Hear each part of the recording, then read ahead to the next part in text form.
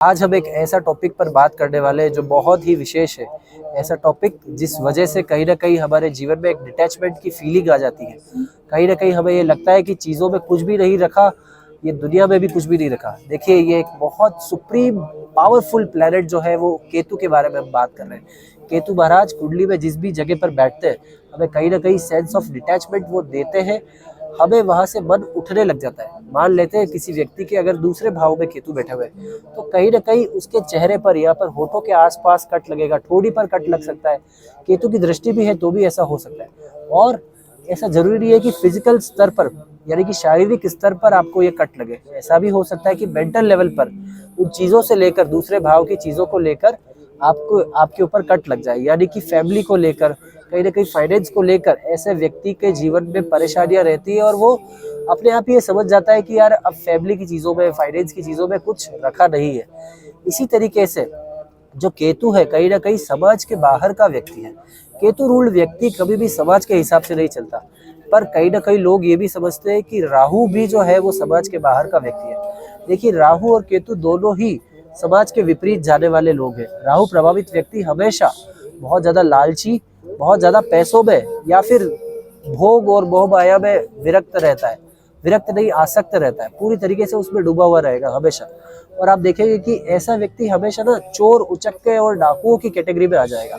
राहु प्रभावित लोगों की ये क्वालिटी होती है। पर केतु प्रभावित लोग जो होंगे वो अपना जीवन इस तरीके से जी लेते हैं कि उन्हें अब कुछ अच्छा लगता ही नहीं है। उन्हें लगता है कि बस अब परमार्थ में जाया जाए, लोगों के लिए कार्य किया जाए या फिर आत्म उन्नति के लिए कार्य किया जाए। ये सभी चीजें एक व्यक्ति को केतु प्रधान बनाती है। पर देखिए, कहीं ना कहीं केतु का भी अपना राजयोग होता है। मतलब जिस जगह से केतु देना शुरू कर दे, वहां से आप राहु जहां खत्म होता है ना, वहां से केतु शुरू हो जाता है। क्योंकि राहु अपने आप में एक सर है और केतु जो है वो धड़ है। अब देखिए, आप दिमाग से कितना भी सोच सकते हैं, उसकी अपनी एक सीमा है ना। आप जितना भी डीप थिंक करते हैं, आप रिसर्च करते हैं, उसकी एक सीमा है। पर कहीं ना कहीं उसके आगे की जो चीज है, जो सुपर कॉन्शियस लेवल की चीज है, वो सभी केतु के द्वारा ही हमें मिलती है। यानी कि मेरा मतलब सीधा है कि हमें इंट्यूशन सारे केतु के द्वारा प्राप्त होते हैं।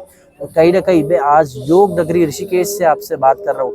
ये जगह इससे बेहतर नहीं हो सकती थी कि केतु के ऊपर हम एक टॉपिक बनाए और आपसे बात करें। अब देखिए, वो सभी लोग जो मैथमेटिशियंस है, वो सभी लोग जो कहीं ना कहीं बहुत अच्छे स्तर के साइंटिस्ट है, बहुत अच्छे फिजिसिस्ट है, ये सभी केतु रूल्ड लोग हैं। क्योंकि कहीं ना कहीं इनके अंदर एक सेंस ऑफ डिटैचमेंट हमेशा से रहा है अपने जीवन को लेकर।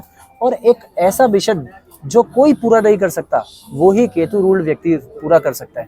देखिए कितना बड़ा डिफरेंस है। यानी कि आप दुनिया में वो सभी चीज़ें जो नहीं है वो आप पूरा करना चाहते हैं। वो एक ऐसा मिशन होगा जो या तो विज्ञान से जुड़ा होगा, या कहीं ना कहीं भक्ति से जुड़ा हुआ होगा, या कहीं ना कहीं ऐसी स्पिरिचुअलिटी, ऐसे वेदांतिक सिस्टम से जुड़ा हुआ होगा जो आज तक नहीं आया।